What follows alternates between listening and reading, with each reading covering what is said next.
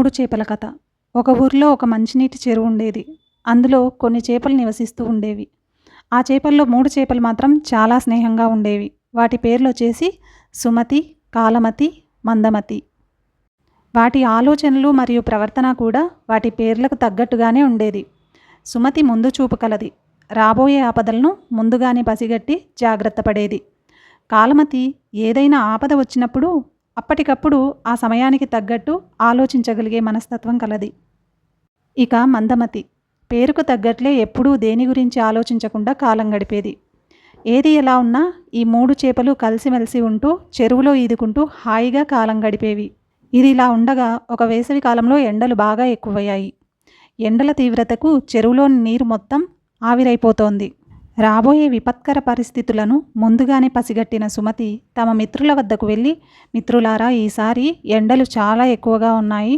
ఈ ఎండలకు చెరువులోని నీరు మొత్తం త్వరగా ఆవిరైపోయే ప్రమాదం ఉంది.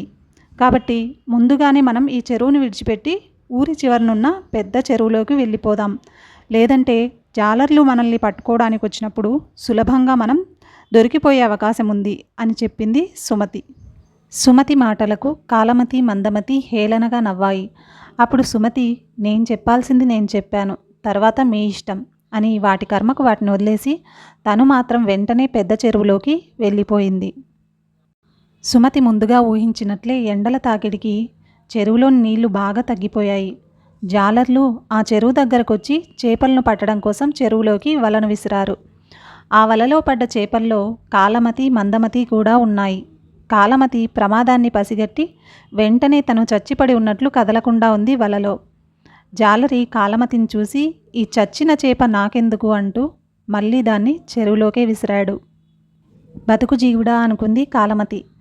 ఇక మందమతి మాత్రం ఏమీ ఆలోచించకుండా అలాగే ఉండిపోయింది. జాలరి ఆ చేపలన్నింటినీ ఇంటికి తీసుకెళ్ళి కూరను వండుకొని తిన్నాడు.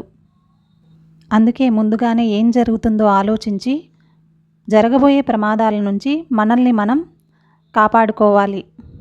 లేదంటే ఏదైనా ప్రమాదాలు సంభవించినప్పుడు అప్పటికప్పుడు సమయస్ఫూర్తితో ఆలోచించి వాటి నుంచి బయటపడగలగాలి. లేదా మందబుద్ధిలాగా కష్టాలను కొని తెచ్చుకోవాల్సి ఉంటుంది. రాబోయే ప్రమాదాలను ముందుగానే పసిగట్టగలిగి ఉండాలి. లేదా అప్పటికప్పుడు సమయస్ఫూర్తితో ఆలోచించగలిగి ఉండాలి. ఇదే ఈ కథ యొక్క నీతి.